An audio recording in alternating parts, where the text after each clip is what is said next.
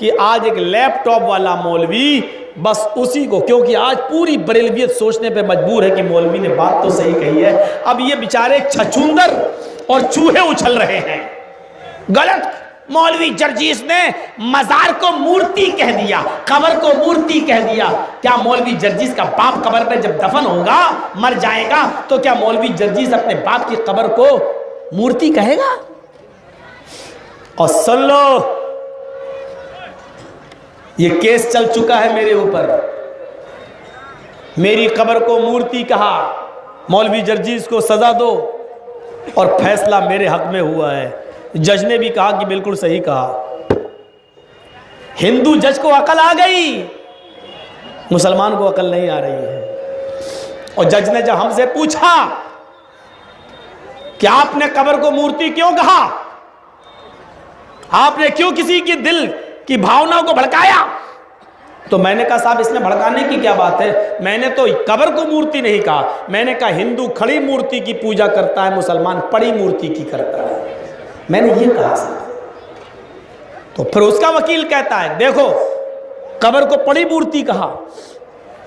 मैंने कहा काम तो एक ही हो रहा है ना जज साहब, हिंदू चुनरी चढ़ाता है, अब मैंने भड़काया जज को, मैंने कहा हिंदू मूर्ति चुनरी चढ़ाता है, ये मुसलमान कहते हैं कि हिंदू काफिर है, ये जहन्नमी है, और मुसलमान चादर चढ़ाता है तो कहता है कि हम जन्नती हैं। आप बताइए काम तो एक ही हो रहा है, एक जन्नत में जाए और एक जहन्नम में, एक स्वर्ग में एक नरक में, ये कैसे हो सकता है?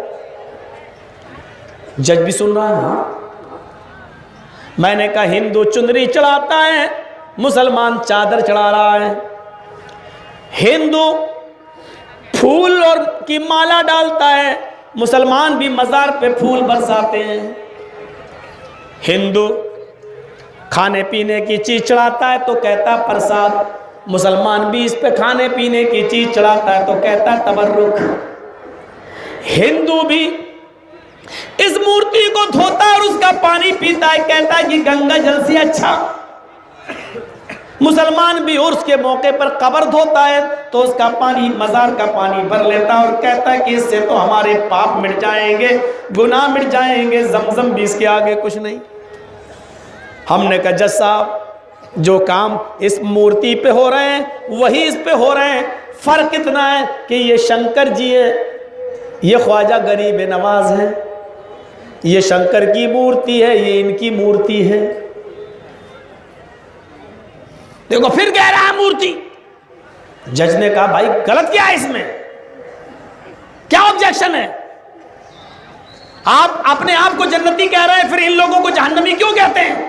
मैंने कहा साहब हमने किसी की भावनाओं को ठेस नहीं पहुंचाया जज साहब, हमने सिर्फ इतना कहा अगर भारत का ये 20 करोड़ मुसलमान चादर चढ़ाने के बाद, अगर चादर चढ़ाने के बाद, तबर्रुक खाने के बाद और कब्र धोकर उसका पानी पीने के बाद अगर ये जन्नत में चला गया, भारत का ये 20 करोड़ मुसलमान ये सारे काम करने के बाद अगर जन्नत में चला गया तो भारत का 60 करोड़ हिंदू भी एक एक करके जन्नत में चला जाएगा। मैंने ये बात कही जो इनको बुरी लगती है।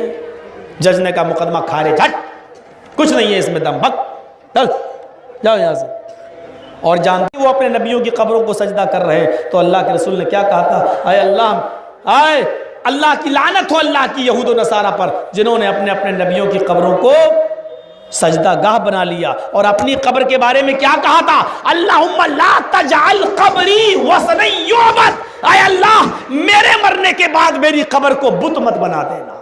क्या रसूल की कब्र भी बुत बन सकती थी? मतलब क्या था, मुझे मेरी कब्र में दफन कर दिया जाए और मेरी कब्र पे भी चादर चढ़ने लगे, फूल चढ़ने लगे, हार चढ़ने लगे, मालाएं चढ़ने लगे तो वो भी बुत बन जाएगी। तो आए अल्लाह मेरे इंतकाल के बाद मेरी कब्र को बुत न बना देना। पता चला कि जिस कब्र पे हार चढ़ने लगे, फूल चढ़ने लगे, मालाएं चढ़ने लगे, वो कब्र बुत हो जाती है, मूर्ति हो जाती है। मौलवी जर्जीस ने बिल्कुल सही कहा, ये खड़ी मूर्ति है, पड़ी मूर्ति। आए चुन्नी घाट के लोगों और आए कटिहार से वाबस्ता लोगों, अगर तुम्हें भी किस्मत आजमाने का शौक है तो कटिहार में भी एक मुकदमा दर्ज करके देख लो मेरे ऊपर। हारोगे, अल्लाह की कसम हारोगे। केस में दम नहीं है तुम्हारे। मुसलमान भी मूर्ति की पूजा कर रहा है। हर वो कब्र जिस पे हार और फूल चढ़े, मौलवी जर्जीस की नजर में मूर्ति है वो। जाओ, जो कह दिया मैंने, तुम्हें तौहीन लगती है लगती रहे, उससे बड़ी तौहीन नहीं है जो अभी 12 तारीख को तुमने जो हंगामे किए ईद मिलादुन नबी का जुलूस निकालते वक्त। आपके इलाके में, इंडिया ही की बात कर रहा हूं मैं, एक केक बनाया गया था। केक, उस केक पर ऊपर क्रीम से मोहम्मदुर रसूलुल्लाह लिखा गया था। जश्न मनाते वक्त ईद मिलादुन नबी का केक बनाया, केक पर मोहम्मदुर रसूलुल्लाह ऊपर क्रीम से लिखा, और फिर उसी मोहम्मदुर रसूलुल्लाह को छुरी से काटा गया। मोहम्मद की मीम को काटा, खिला खाओ, हे को काटा, खिलाओ, फिर मीम को काटा, फिर दाल को काटा, फिर रे को काटा, फिर सीन को काटा, फिर वाव को काटा, फिर लाल को काटा, फिर अलिफ को काटा, फिर लाम को काटा, फिर लाल को काटा, फिर अलिफ को काटा, फिर हे को, ऐसे गोश्ते गए और एक एक लफ्ज काट काट के हैप्पी बर्थडे या रसूलुल्लाह कह के खिलाते गए। हाय भारत के कट्टर बरेलवियों, जाओ, मैं डाब लेके कहता हूं, टंके की चोट पे कहता हूं, तुम्हें बुरा लगता है, लगेगा बुरा, क्योंकि मैं होम्योपैथिक से इलाज नहीं कर रहा हूं, ऑपरेशन कर रहा हूं तुम्हारा। सुन करके नहीं, हालत होश में कर रहा हूं ताकि तकलीफ का एहसास हो। मैं चाहता हूं कि तुम्हें इस बात का एहसास हो कि तुमने किस शख्सियत की तौहीन की, मोहम्मदुर रसूलुल्लाह की। एक एक लफ्ज काट काट के खिला रहे हो, हैप्पी बर्थडे।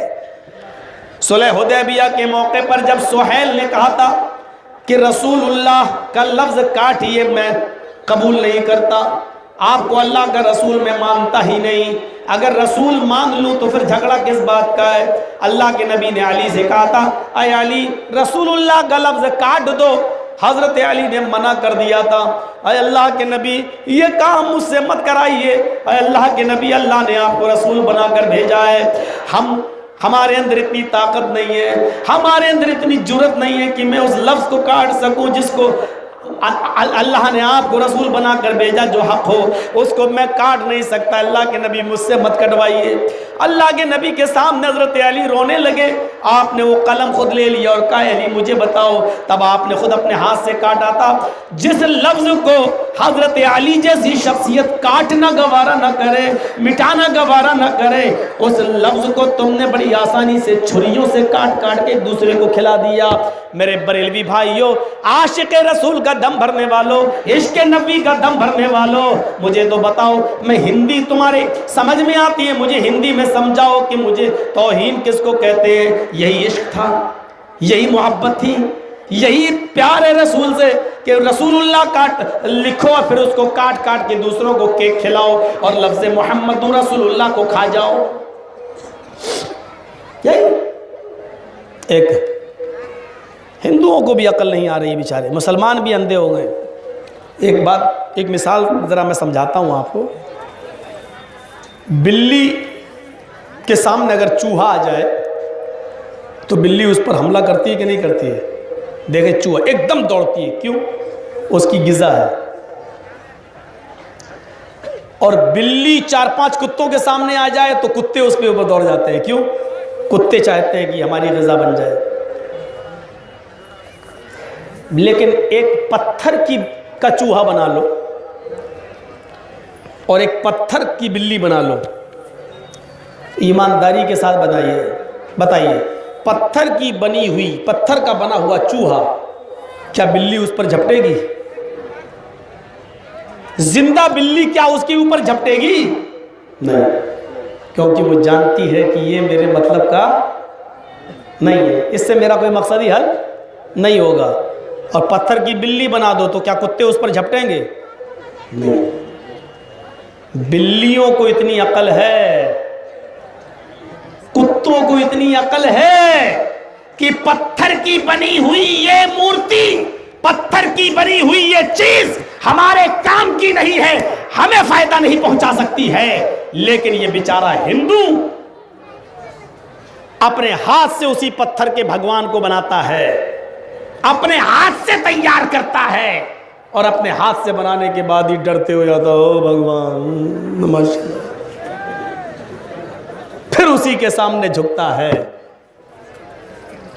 तुलसीदास जी ने कितनी अच्छी बात कही थी, तुलसीदास जी ने तो कबीरदास जी ने कितनी अच्छी बात कही थी। दुनिया ऐसी बावली के पत्थर पूजन जाए, दुनिया ऐसी बावली के पत्थर पूजन जाए, घर की चकिया कोई न पूजे जिसका पीसा खाए। हिंदू कहते हैं ना हर जो चीज से फायदा मिले वो भगवान है, तो पत्थर की मूर्ति से क्या फायदा मिल रहा है? शंकर जी की मूर्ति खड़ी तो खड़ी है, रामचंद्र जी की खड़ी तो खड़ी, क्या फायदा दे रही है? अगर पत्थर से फायदा ही मिल रहा है तो घर की चक्की फिर भी अच्छी है। हाथ की पत्थर की बनी हुई वो चक्कियां कम से कम आपका आटा तो पीस के दे रही है, गेहूं उसमें डालो तो आटा निकाल रही है, चावल डालो तो कम से कम उसका पिसान बाहर निकाल रही है। तो कबीरदास जी कितनी बड़ी बात कह गए कि दुनिया ऐसी बावली के पत्थर पूजा जाए, यानी पत्थर से समझ रही कि भगवान है। और अगर पत्थर में ही फायदा है तो घर की चक्किया से जो फायदा है उसको कोई नहीं पूछता है। अगर पूछता ही है तो घर की चक्की को पूजो, पत्थर की जो कम से कम आटा बना रही है, गेहूं को और चावल का पिसान। दुनिया ऐसी बावली के पत्थर पूजन जाए, घर की चक्किया कोई न पूजे जिसका पीसा खाए। मेरे भाइयों, कबीरदास जी भी इतनी बड़ी बात कह गए, लेकिन हिंदू कबीरदास को अपना मानते हुए भी उनकी ये बात नहीं मानते। कहते हैं आस्था है। ये आस्था बड़ी अजीब चीज है। आस्था है, आस्था मतलब चला आ रहा बाप दादा के जमाने से, दलील नहीं है, चला आ रहा, ये होती आस्था, अंधी आस्था। चला आ रहा है बाप दादा के जमाने से। ये 100 पढ़े लिखों को मैं समझा लूंगा, लेकिन एक जाहिल को नहीं समझा पाऊंगा। हकीकत है भाई, पढ़े लिखों से सवाल करो आसमान में कितने सितारे हैं, वो कहेगा पागल हो यार, हक। दूसरे पीएचडी से पूछो कितने सितारे हैं, हक, पागल है। और एक जाहिल से पूछो कितने सितारे हैं, वो कहेगा 5 लाख। हैं कैसे?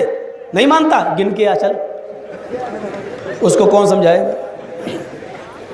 जाहिल से सवाल करो आसमान में कितने सितारे, कहेगा 5 लाख। हट, तुम कैसे? मैं कह रहा हूं ना नहीं है, नहीं है तो गिन के आ, सीधा सा जवाब। यह सूरत हाल है, कौन समझाए? जिस तरह ये हमारे हिंदू भाई अपने हाथ से मूर्ति बनाते हैं, फिर उसी के सामने झुकते हैं। हमारे मुसलमान भाइयों को भी इबरत हासिल करना चाहिए। अपने हाथ से मुर्दे को नहलाते हो, और मुर्दा कहना बेकार है, अपने हाथ से बाबा को नहलाते हो, अपने हाथ से कफन पहनाते हो। वो जो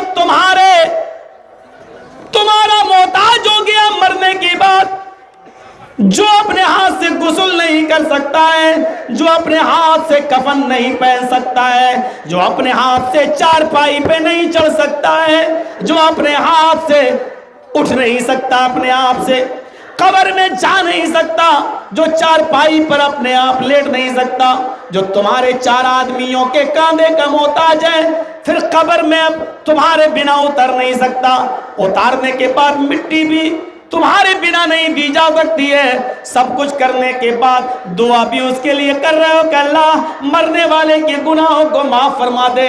जो मरने के बाद तुम्हारी दुआओं का मोहताज हो, फिर फौरन दूसरे और तीसरे दिन वो बेटा बेटी देने की क्षमता और ताकत उसके अंदर कहां से आ जाती है? आए भारत के बरेलवियों, मुझे बताओ, मुझे हिंदी में समझाओ, जो तुम्हारा इतना बड़ा मोहताज था, फिर वो कैसे तुम्हें बेटा और बेटी देने पे कादिर हो गया? फिर वो कैसे तुम्हें बेटा और बेटी देने पर कुदरत रखने वाला बन गया? जिस तरीके से हिंदू भाई हमने मिसाल दी है, कुत्ते और बिल्लियों में फिर भी अकल है, वो पत्थर की मूर्तियों पर हमले नहीं करते, क्योंकि वो जानती है कि ये हमारे काम के नहीं है, वो जिंदा का शिकार करते हैं। मेरे हिंदू भाइयों, तुम गौर करो कि पत्थर की मूर्ति अगर तुम्हारे यहाँ जायज होती उसकी पूजा, तो पूजा करते वक्त आंख बंद करने का ऑर्डर ना होता, तुम्हारी किताबें कहती हैं, एक पंडित उठ के बता दे, पूरे भारत के सारे पंडितों को चैलेंज देता हूं, एक पंडित मुझे बता दे कि मूर्ति पूजा वेदों के कौन सी अध्याय में आई है, कौन से मंत्र में आई है, कौन से श्लोक में आई है, और हमसे ले ले, हमसे दलील ले ले कि मूर्ति पूजा का खंडन किया वेदों ने। न तस्य प्रतिमास, उस ईश्वर की कोई प्रतिमा नहीं है, उस ईश्वर की कोई मूर्ति नहीं है, उसका कोई स्टेच्यू नहीं है। ओम निराकारम मस्त नेह आकारम मस्त, वो निराकार है, उसका कोई आकार नहीं है, उसका कोई मुजस्सिमा और स्टेच्यू बना ही नहीं सकता है। लैसा कमिस्लिही शैउन, अल्लाह के मिसल कोई चीज नहीं है, अल्लाह के मिसल कोई चीज नहीं है। ने पितास्ति ने पुत्रमस्त, वो न किसी का बाप है, न उसका कोई बेटा है। ने पत्नीअस, उसकी कोई पत्नी भी नहीं है। हो अल्लाहु अहद अल्लाहु समद लम यलिद व लम यूलद, वो अल्लाह एक है, वो बेनियाज है, उसको किसी की जरूरत नहीं है। लम यलिद व लम यूलद, उसका न कोई बेटा है, व लम यूलद, न उसका कोई बेटा है, न वो किसी का बेटा है, न उसका कोई बेटा है, न उसकी कोई बीवी है। He is alone. He has no father and he has no mother, no brother and no sister. वो अल्लाह अकेला है, उसका ना कोई बाप है, ना माँ है, ना भाई है, ना बहन है। बाइबल भी यही कह रही है, उसका and he has no wife, और उसकी कोई पत्नी और उसकी कोई बीवी भी नहीं है। आई ईसाइयों, ये किताब तुम्हारी है और कह रही है, इसके बावजूद तुम ईसा को अल्लाह का बेटा कहते हो, इसके बावजूद तुम सन ऑफ गॉड कहते हो। मुझे बताओ तो सही, कहां चले गए? अल्लाह वो है जो सर्वोपरि है और सर्वशक्तिमान है, क्रिएटर ऑफ यूनिवर्स है। उस अल्लाह की इबादत करो जो शादी के बाद बेटा बेटी पैदा करने पे कादिर है। तो मियां और बीवी शादी से पहले, निकाह से पहले भी वो बेटा और बेटी देने पे कादिर है। वो हजरत आदम और हव्वा को, आदम को बगैर बाप के और बगैर माँ के पैदा करने पर कादिर है, तो हजरत हव्वा को आदम की पिसली से बनाने पर कादिर है। वो अल्लाह हमें और आपको माँ बाप के बगैर नहीं देता है, माँ बाप की जरूरत पड़ती है तब हम आप वजूद में आते हैं। लेकिन वो अल्लाह इस बात पर भी कादिर है कि जब ईसा को पैदा करना चाहा तो उनको बगैर बाप के पैदा करके दिखा दिया। मरियम के पेट से, मरियम के शौहर के बिना मरियम को बेटा दे दिया। वो इस बात पर भी कादिर है, मांगो उससे, उससे दामन उसके सामने फैलाओ जो हर चीज पर कादिर है। उससे नहीं मांगा जाता है जो जिंदगी में कभी भी कभी किसी के सामने मोहताज रहा हो। यही तौहीद है। और रिसालत का भी सही तसव्वुर अगर पेश किया है तो इस्लाम ही पेश कर सका है। दुनिया के अंदर सारे लोगों ने तो भगवान मान लिया। हिंदुओं ने राम को, कृष्ण को, सिखों ने गुरु नानक को, बुद्धों ने गौतम बुद्ध को, जैनियों ने महावीर जी को, ईसाइयों ने सन ऑफ गॉड अल्लाह का बेटा ईसा को मान लिया। इस्लाम एक ऐसा दीन है जिसने मोहम्मद रसूलुल्लाह को भगवान और बेटे से बहुत दूर रखा है। न मोहम्मद अल्लाह के बेटे हैं और न मोहम्मद अल्लाह है, न अल्लाह के बेटे हैं, न भगवान है, न भगवान है। क्या है? ला तुतरूनी कमा तरतिन नसारा। आए मेरे सहाबियों, मुझे हद से आगे मत बढ़ाना, जैसे यहूद और नसारा ने अपने अपने नबियों को आगे बढ़ा दिया, अल्लाह का बेटा बेटी बेटा कहना शुरू कर दिया। मैं सिर्फ अल्लाह का बंदा और उसका रसूल हूँ। अना अब्दुल्लाहि व रसूलु फक़ूलु अब्दुल्लाहि व रसूलु। आए मेरे सहाबियों, मैं अल्लाह का बंदा और उसका रसूल हूँ, बस तो मुझे अल्लाह का बंदा और उसका रसूल कहना, इसके अलावा कुछ नहीं। और लोग तो अपने सामने झुकाते, मेरे मोबाइल में मौजूद है, मेरे मोबाइल में पीर साहब अपने मुरीदों को अपने सामने झुकवा रहे हैं और जो सजदा कर रहा है उसको आशीर्वाद दे रहे हैं। और बाद में जब सब आशीर्वाद दे चुके हैं तो ये पीर भी उठता है और इतना अच्छा डांस करता है कि कोई रंडी भी नहीं कर पाएगी। रंडी को फेल कर दिया, इतना अच्छा डांस किया इस पीर ने। ये इस्लाम का मजाक उड़ा के रखा गया है। मेरे मोबाइल में मौजूद है, डांस भी हो रहा है, गाना भी गाया, सजदे भी हो रहे हैं उसके सामने, सजदे भी हो रहे हैं। वहाँ एक सहाबी हजरत मुआज़ इब्न जबल हैं, मुल्क शाम से तशरीफ लाते हैं। मुल्क शाम के अंदर यहूदियों को और ईसाइयों को अपने बादशाह के सामने सजदा करते हुए देखते हैं। वो अल्लाह के नबी की खिदमत में मदीने में हाजिर होते हैं। और अल्लाह के नबी, मैं हीरा से आया हूँ, मैं मुल्क शाम से आया हूँ, मैंने मुल्क शाम के ईसाइयों को यहूदियों को देखा, वो अपने बादशाह को सजदा कर रहे हैं। आप तो अल्लाह के नबी हैं, आप तो ज्यादा हक रखते हैं कि आपको सजदा किया जाए। अल्लाह के रसूल, जब बादशाहों को यहूदी और ईसाई सजदा कर सकते हैं तो मैं अल्लाह के रसूल को सजदा क्यों ना करूं? अल्लाह के नबी, मुझे इजाजत दीजिए कि मैं आपको सजदा करूं। अल्लाह के रसूल, मुझे इजाजत दीजिए कि मैं आपको सजदा करूं। अल्लाह के नबी सल्लल्लाहु अलैहि वसल्लम की आंखों में आंसू आ गए। आपने सजदे की इजाजत तो नहीं दी, लेकिन एक सवाल कर लिया। आपने कहा, लहू मररता बिक़ब्री तसजुदु लहू। ऐ मुआज़, अगर मैं मर जाऊं, अगर मेरा इंतकाल हो जाए और मैं कब्र में दफन हो जाऊं, तो क्या तुम मेरी कब्र के पास से गुजरोगे तो सजदा करोगे? जैसे यहूदी मूसा को करते हैं, ईसाई ईसा को करते हैं, अगर तुम मेरी कब्र के पास से गुजरोगे तो क्या सजदा करोगे? सहाबी कहते हैं नहीं। आपने कहा, फला तफअलू, ऐसा करना भी नहीं। जानते हो इंतकाल के बाद की खबर क्यों दी? जिंदगी में तो मैं तुम्हें रोक लूंगा, मैं सजदा नहीं करने दूंगा, अभी मैं जिंदा हूं, और जब मैं जिंदा हूं तो मैं किसी को अपने सामने झुकने नहीं दूंगा। फिक्र हुई तो इंतकाल के बाद की हो गई। ऐसा ना हो कि मेरे इंतकाल के बाद जैसे मूसा की कब्रों पे सजदे होने लगे, ईसा की कब्रों पे सजदे होने लगे, ये जिंदगी में मुझसे सजदे की इजाजत मांग रहे हैं। हो सकता है जिंदगी में मैं न दूं तो ये मेरे इंतकाल के बाद मेरी कब्र पे सजदा करने लगे। तो आपने इसलिए रोक दिया और अपने इंतकाल के बारे में मसला उठा दिया, क्या तुम मेरी कब्र के पास से गुजरोगे तो सजदा करोगे? कहा नहीं, कहा ऐसा करना भी नहीं। यानी जिंदगी में तो मैं रोके रहूंगा, करने नहीं दूंगा, लेकिन इंतकाल के बाद कहीं होने न लगे, इसलिए फरमाया कि ऐसा करना भी नहीं। फिर आपने एक तारीखी जुमले कहे, लोगों याद रखो, अगर अल्लाह के अलावा सजदा किसी को जायज होता, अगर अल्लाह के अलावा सर झुकाना किसी के सामने रवा और जायज होता, तो मैं औरत को हुक्म देता कि वो अपने शौहर को सजदा करे, मैं बीवी को हुक्म देता कि वो अपने शौहर को सजदा करे। लेकिन सजदे की इजाजत बीवी को भी शौहर के सामने नहीं है। बीवी शौहर की खिदमत करके जन्नत तो हासिल कर सकती है, लेकिन बीवी शौहर के सामने सजदा नहीं कर सकती। अगर इजाजत होती तो मैं औरत को हुक्म देता, अगर अल्लाह के अलावा सजदा किसी गैर के लिए जायज होता तो मैं औरत को हुक्म देता कि वो अपने शौहर को सजदा करे। लेकिन औरत के लिए भी शौहर के सामने सजदा नहीं है, यानी फिर भी मैं भी अपने सामने भी नहीं। अगर इजाजत भी होती तो औरत को होती कि वो अपने शौहर को सजदा करे, फिर भी मैं अपने सामने इजाजत नहीं देता। लेकिन चूंकि अल्लाह के अलावा किसी को सजदा करना जायज है ही नहीं।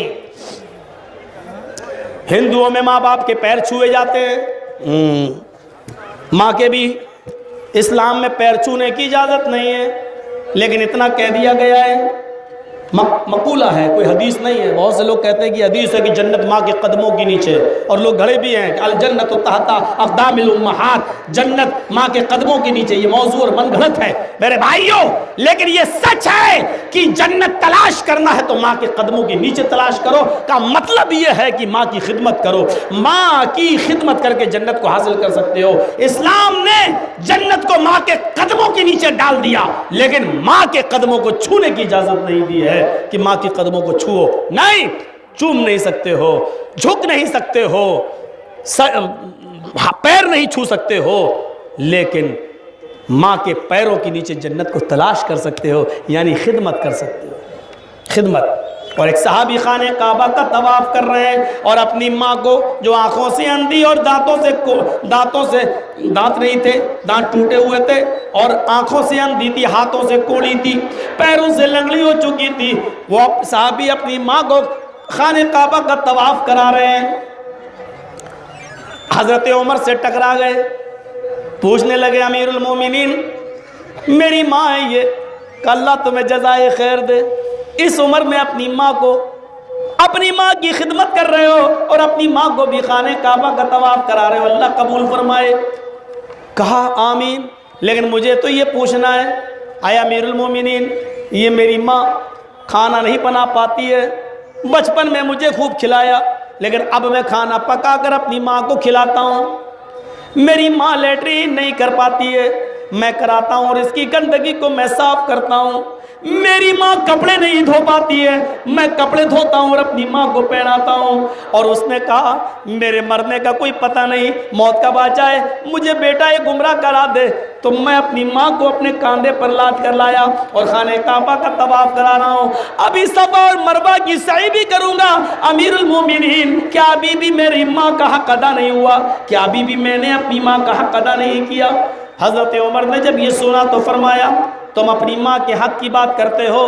तुम्हारी माँ जब तुम्हें पैदा कर रही थी, तुम्हारी माँ जब तुम्हें जन रही थी, तुम्हारी माँ जब तुम्हें अपने पेट से बाहर निकाल रही थी, उस वक्त उसको जो दर्द हो रहा था, उस वक्त उसको जो तकलीफ हो रही थी, और उसने तकलीफ के लहजे में पहली जो आह निकाली थी, पहली जो चीख निकाली थी, आह, पहली जो आवाज उसने निकाली थी, अभी तो तूने अपनी माँ की उस पहली चीख का भी हक अदा नहीं किया, अभी तो तूने अपनी माँ की उस पहली आवाज का भी हक अदा नहीं किया।